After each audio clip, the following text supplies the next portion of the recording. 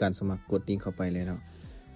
แล้วมันจะออกหน้านี้เนาะให้เราประกอบข้อมูลใส่อันที่หนึ่งก็จะเป็นอีเมลเลยเนาะเดี๋ยวเราจะมาใส่เลยคัดลอกใส่ซึ่งอีเมลนี้ต้องเป็นอีเมลที่สมบูรณ์ตัวนี้จะเป็นรหัสผ่านเนาะรหัสผ่านนี้ต้องเป็นตัวใหญ่ก่อนหน้าเนาะเพราะว่าความปลอดภัยเนาะเพื่อความปลอดภัยแล้วเขาใส่เป็นตัวเลขอย่างน้อย8ตัวขึ้นไปแล้วก็ใส่ตัวแอดตัวนี้จะเป็นซื้อลิ้นของเราเนาะเราจะใส่ดาว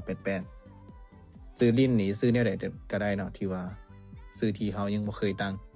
หลังจากที่เราประกอบสำเร็จแล้วเราก็กดลงทะเบียนวันนี้เลยเนาะกดไปเลยนี่เนาะแล้วมันจะออกอยู่หน้านี้ให้เรากดอีกครั้งเนาะบนตัวนี้ให้เราเข้าไปที่ Gmail เนาะเข้าที่ Gmail เพื่อยืนยันในการสมัครเนาะเพื่อเปิดบัญชีใช้งานกดบน3ขีดนี้เนาะสำหรับตัวนี้ให้ทุกคนเข้าบอลจดหมายขยะได้สำหรับใครที่บอลนั้นเนาะเข้าบอลจดหมายขยะเนาะมันจะส่งทางนี้เนาะข้อความของมันก็จะเป็นข้อความตัวนี้เลยให้เราเข้าไปเลยเพื่อยืนยันเนาะก็จะเป็นตัวนี้เลยถ้าเป็น Android เนาะก็สามารถกดยืนยันวันนี้ได้เลยถ้าเป็น iPhone กดบ่ได้เนาะก็ทุกคนก็สามารถคัดลอกลิงก์เนาะคัดลอกลิงก์ตัวนี้เพื่อเข้าไปเพื่อที่จะเปิดใช้งานเนาะคัดลอกไปเลยแล้วเขาจะไปส่งให้ตัวเองเนาะส่งในเซตของเขาเองนี่เนาะจะวางตัวนี้เลยแล้วเขาจะกดเพื่อเข้าไปยืนยันโอเคเนาะถือว่าสำเร็จในการสมัครเพียงเขาสามารถเข้าระบบเนาะใส่อีเมลของเขาก็จะเป็นไมลาว2499เนาะ @gmail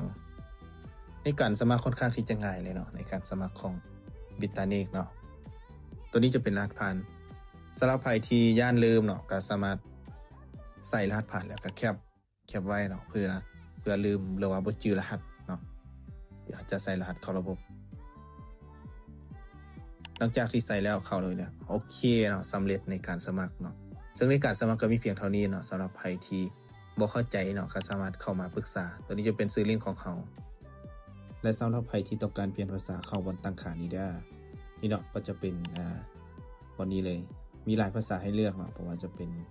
ภาษาต่างๆแต่ว่าเขาจะกดลาวภาษาลาวนี่เนาะก็มีเพียงเท่านี้ในการเปลี่ยนภาษาและถ้าหากว่าทุกคนอยากเพิ่มเป็นแอปเนาะให้กดบนนี้เลยเดือนลงมามันก็จะเขียนเพิ่มไปยังหน้าจอโฮมเนาะกดเข้าไปเลยกดเพิ่มเลยเนาะด้านถึงโอเคเนาะสำเร็จก็จะเป็นแอปในนี้เลยเวลาเข้าเนาะมันก็จะง่ายสำหรับใครที่บ่เข้าใจเนาะก็สามารถเข้ามาปรึกษาเรียนรู้ร่วมกันได้